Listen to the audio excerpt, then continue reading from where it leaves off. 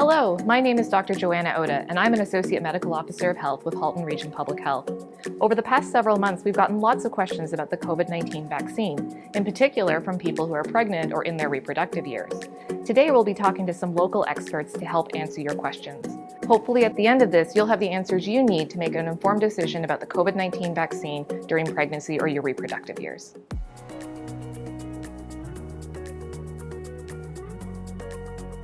The risk associated with contracting COVID-19 in pregnancy include increased risk of delivery by cesarean section, increased risk of hospitalization, increased risk of requiring respiratory support or breathing support.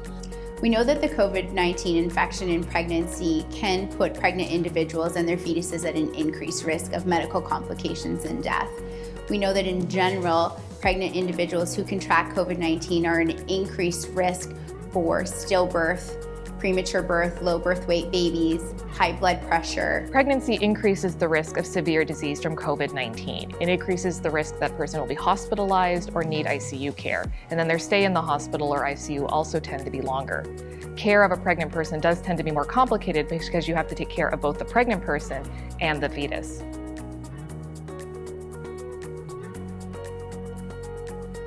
So we know that the COVID-19 vaccine has shown that there is no adverse effect on female or male fertility, and it does not affect one's ability to conceive.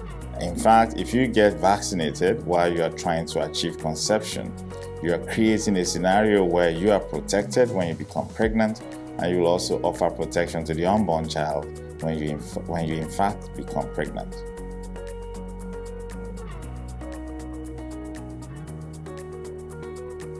A number of factors affect menstruation, factors such as age, weight, or body weight, presence or absence of other diseases, presence or absence of fever, presence or absence of excessive exercise and stress.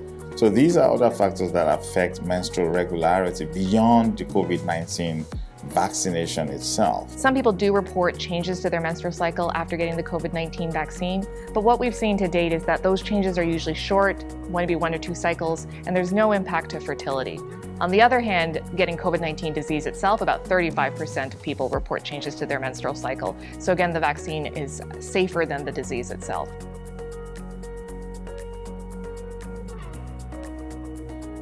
We now have sufficient data and we have sufficient evidence to support the notion that the COVID-19 vaccine is safe in pregnancy and does not cause miscarriage in pregnant women. It does not cause adverse outcome in their babies. Studies have shown that in individuals who received the COVID-19 vaccine 30 days prior to conception, there was no increased risk of miscarriage when compared with individuals who did not receive the vaccine prior to conception.